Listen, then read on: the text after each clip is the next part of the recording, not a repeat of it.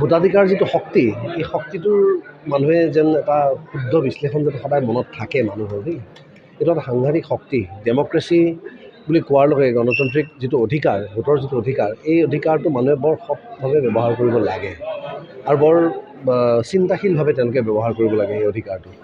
এই শক্তিটো তেওঁলোকে অপচয় কৰিব নালাগে, অপব্যৱহাৰ কৰিব নালাগে। কাৰণ 5টা বছৰ সদায় এটা কথা মনত ৰাখিব, নিজৰ ভোটটো বিক্ৰী কৰা মানে 5টা বছৰে সমষ্টিক সেই বিধায়কজনক নেদেখা আৰু 5টা বছৰ পাছত তেওঁ আকৌ ভোট কিনিবলৈ আহি যাব তাতকৈ অলপ বেছি দামত। গতিকে আমি কেৱল টকাৰ বিনিময়ত অকল এটা ভোটহে বিক্ৰী কৰি থাকিম, দেশখনৰ বা আমাৰ জাতিগতভাৱে উন্নয়ন একো নহয়।